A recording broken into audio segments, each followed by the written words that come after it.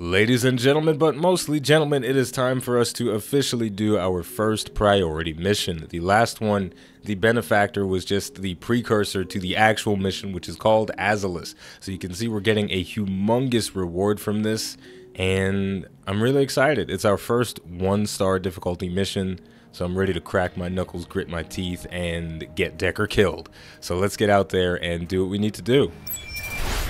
They really need to do something about this cutscene. Hey, what's this? Banging noises draw you to the shared mech warrior barracks where you find Behemoth disassembling one of the leopard's internal walls. There's already several panels neatly stacked beside her. She pauses, then explains, "There's a few cubic meters of dead space back here. I'm making room so we can stretch without hitting the bunks." As reasonable as that sounds, the banks aren't going to like you modifying their property.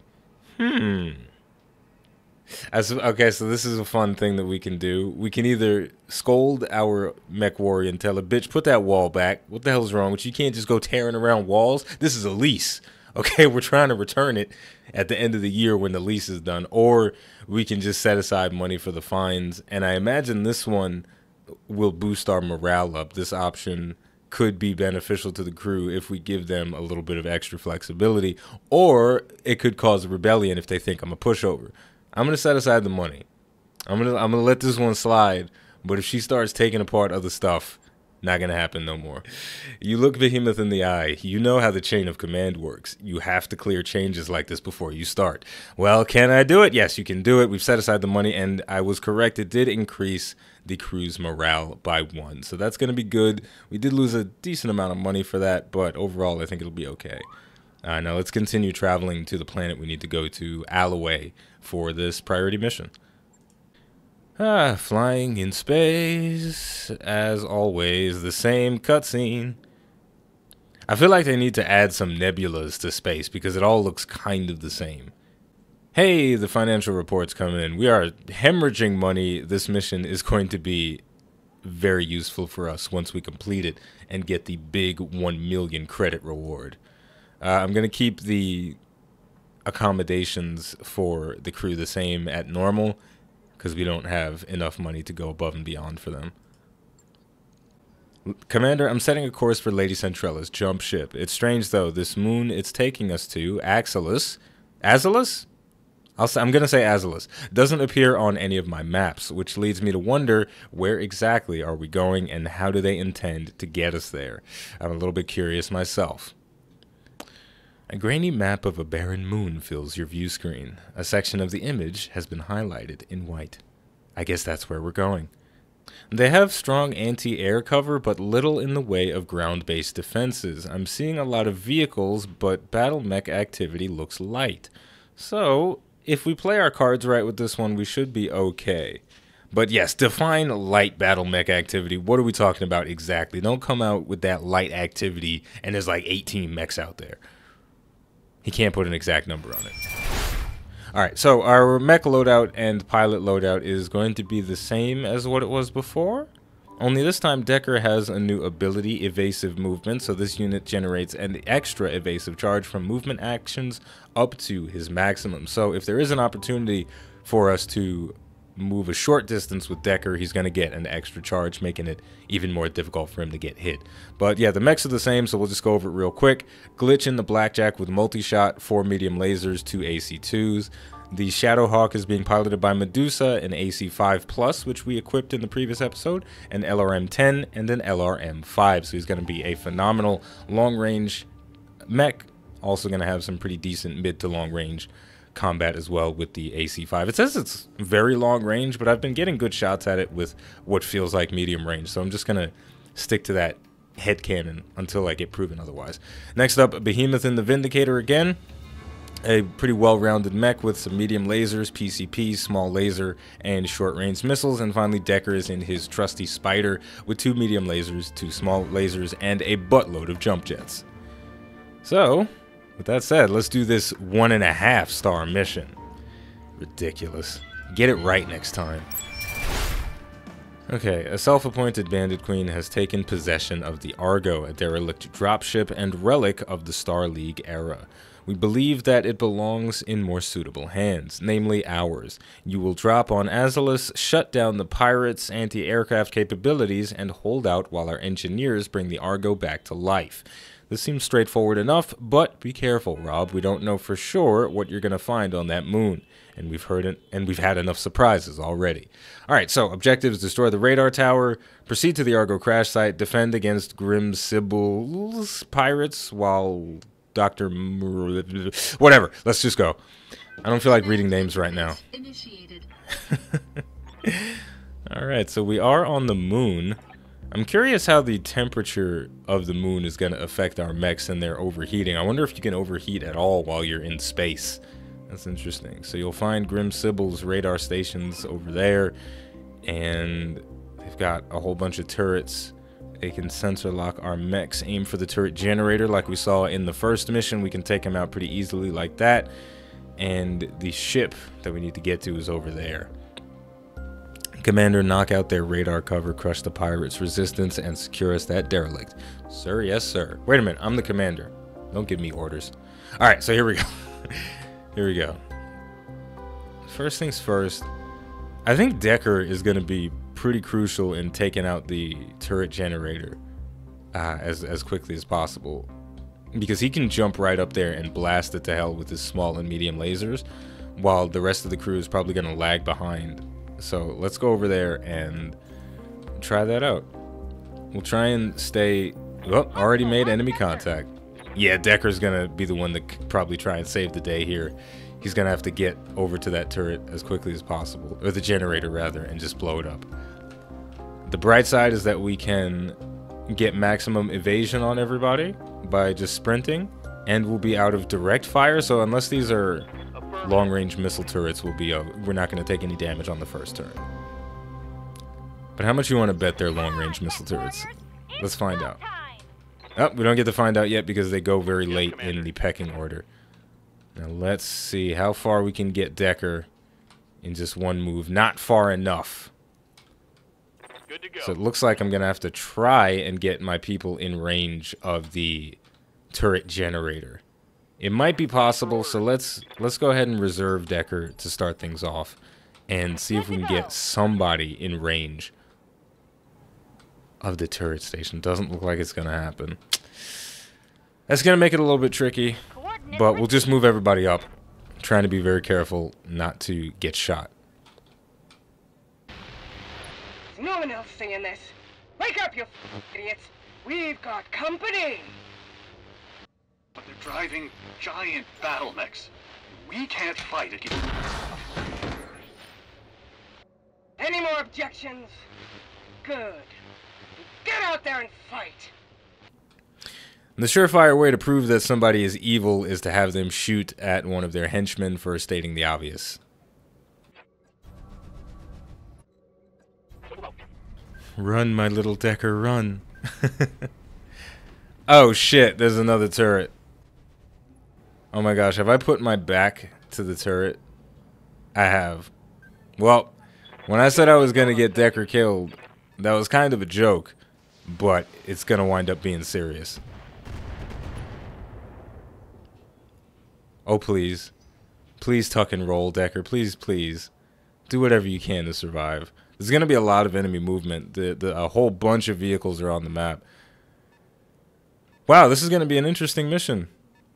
We may lose somebody. Scratch that. Definitely gonna lose Dekker. Okay, it's our turn, so we have an opportunity here. Thankfully, this turret, the light laser turret, is most definitely not in range, so that's why it didn't take a shot. But we've got to start making some aggressive plays now. I am going to reserve Dekker for the time. Actually, I might not even have the luxury of reserving him anymore because I'm not sure which movement phase this vehicle moves in. And from my current position... If I did see it shoot a rocket, but I don't know if it could like drive around and then just straight up shoot me in the back, and I kind of don't want that to happen. So I'm gonna be a big boy, put on my big boy pants, and jump Dekker on top of this building into position to shoot at the turret generator. Desperate times call for desperate measures, maybe? More hostiles. Oh, there's a lot. There's so much to deal with. This is actually a little bit nerve-wracking. Let's hope this works. You know what? Just maybe I don't need to do this, but I'm gonna give Dekker vigilance while he's up here to give him a little edge in survivability, and then we'll take the shot. Locked on target.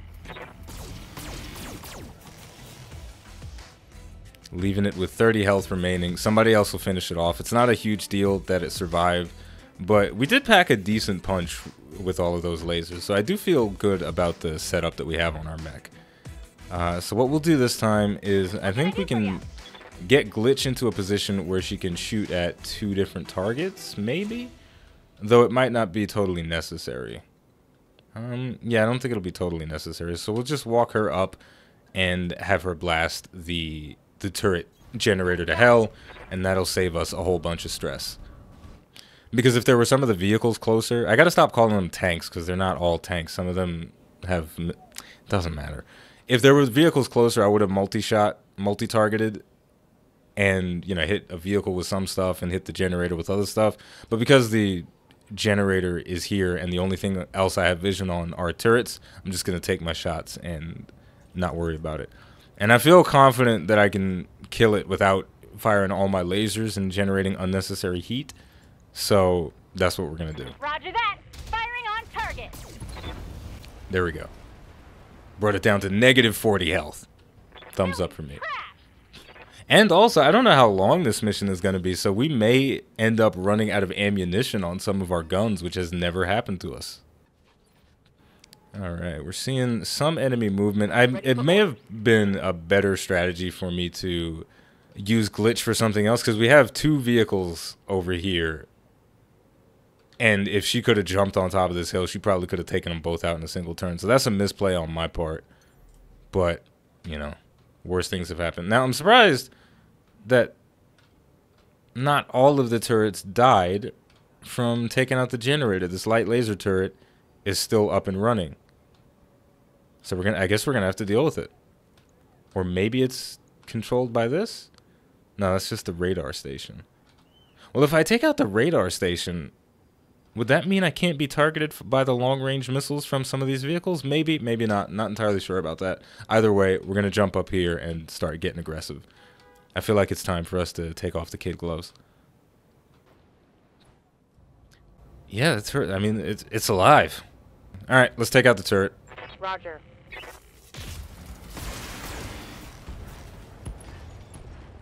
Oof, I thought we weren't going to kill it for a second. I'm getting a lot more used to the amount of hit points that things have, and discerning whether or not I need to fire everything to kill something, or if I can be a bit more reserved in my strategy. Now, for our final move, we're going to use Medusa and fire some of his long-range missiles, because we could sprint him on top of the hill and give him vision of the vehicle for the next turn, but for right now, I want to get as many shots off as I can. So I'll move up, I'll use the arc of fire on this bulldog, and it's not going to do all that much damage. It's not even going to be enough to kill, but getting the damage out should be fine.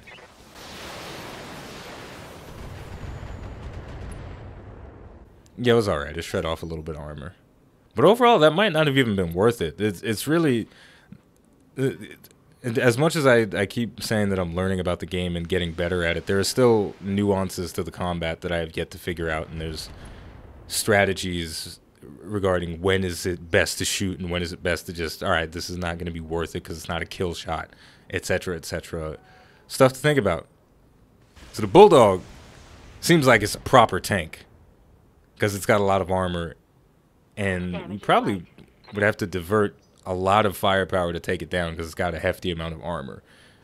But the vehicles that fire the long-range missiles, like the Strikers, they seem a lot squishier. Alright, so we got one more turret off. Oh, there's 2 turret generators. That explains it. Okay, I was assuming it was just like the first mission where they put all their eggs in one basket, had one generator for all the turrets on the base.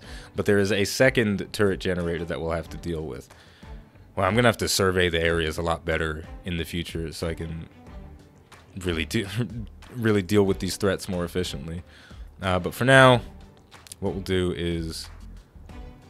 Can Dekker kill this guy? No, Dekker probably can't even kill this guy. You could probably step on him. Would this kill it? If I jump down here and try and execute this guy by stepping on him, I feel like this will kill him. I mean, come on, if this doesn't kill him. Because I'm going to jump down there, step on his face, and fire my small lasers. Yeah, there's no way he's not going to die. But just to make sure, fire the lasers. And that gave us an inspiration, so Dekker is proving his worth once again.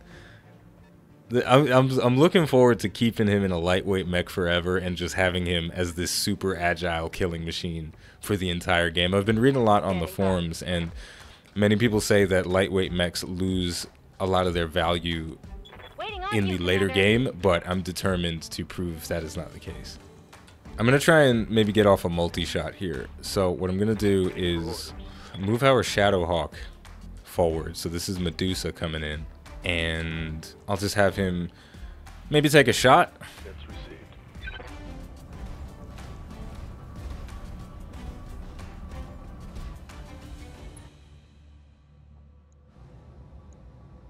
You know what? I'm going to have Medusa shoot at the objective because he doesn't have...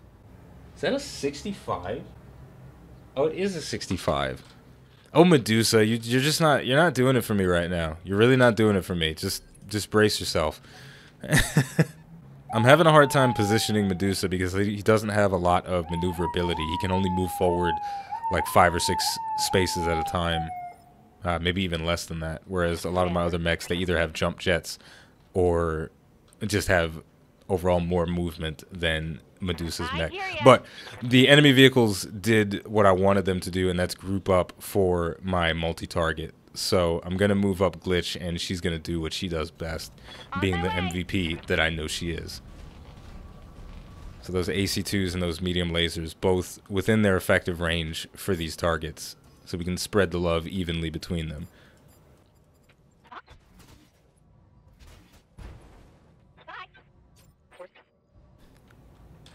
Alright, well, this is a nice fun fact. Our Vindicator mech generates an insane amount of heat, and so does the PCP. So if we fire it right now, it'll overheat and cause internal damage. We kind of don't want to do that, so we'll just fire the small stuff and allow her to cool down in the coming turn. Taking the shot. It's probably overkill, but it's fine. Now we just got to clean up the rest of the stuff, the tower and the turret generator, and then we'll move on to the next objective. Scratch that. Got some more vehicles coming around for Dekker. Did he damage himself when he jumped down there to step on the vehicle? I feel like he did. I'm taking internal damage. Yeah, I think it might be time for us to take a passive approach to Dekker because he's starting to get worn down a little bit. Yeah, I broke his legs when I did that. This game does not play around. You know, every action that you take has an equal but opposite reaction, right? You jump down, you get to execute on a vehicle. That's cool, but you also broke your damn legs in the process. We're probably never going to do that again unless it's absolutely critical to our survival. Man, Dekker ain't got no legs. I can't sprint with Dekker at... Well, you gotta stay. You gotta stay and fight, buddy. What a mess that we're in now. Alright, so this is fascinating. We can't sprint because Dekker is currently unsteady.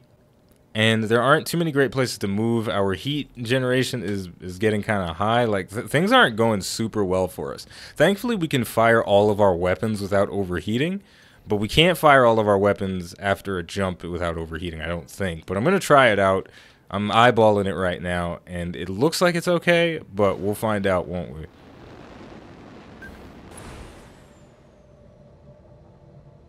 Alright, so what I'll do is I'm going to give Dekker Vigilance again because he absolutely needs every bit of extra defense possible. And yeah, this is going to cause an overheat.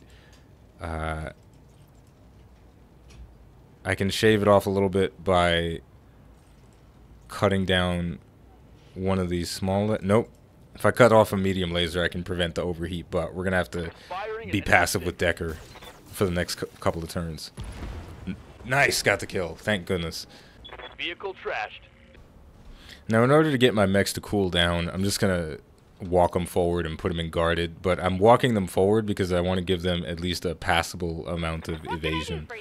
And we'll continue dealing with the objective with our girl Glitch over here. Does she not have line of sight? Yeah, I guess she doesn't have line of sight from her current position, so I'll have to move her so she can shoot at the objective, but that's fine.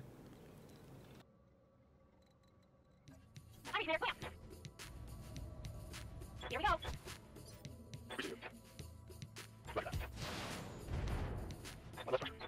They've knocked out half our damned radar cover!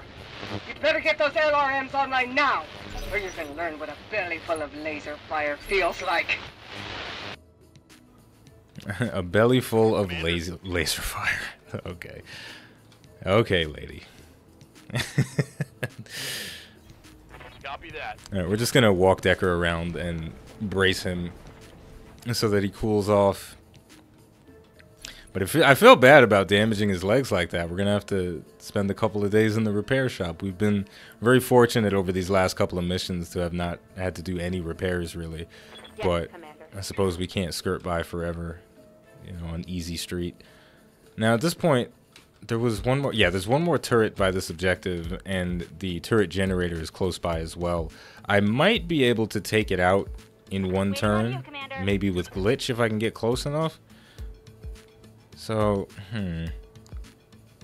but I don't think I can get close enough. So what I'll do is just focus my attention on the objective since it's there. That little vehicle that's coming towards us, we'll deal with it once it's right in our face. We'll let it come to us. Alright, we're going to kill the objective now. One thing that I think is very important for Battletech, even if your mechs are in a position where they can fire, I think there's a big advantage to a stick and move playstyle, because generating evasion is critical to your success, I think. Right? Now, on Behemoth specifically, she gains guarded by not moving. So keeping her stationary does have its benefits.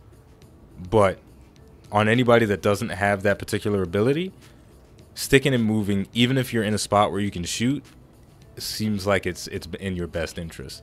So we're going to blow up the objective. Thumbs up for us. Unless we miss this 80% shot on a giant tower that's not moving. Thank goodness we didn't, because she would have been off the team real quick for that.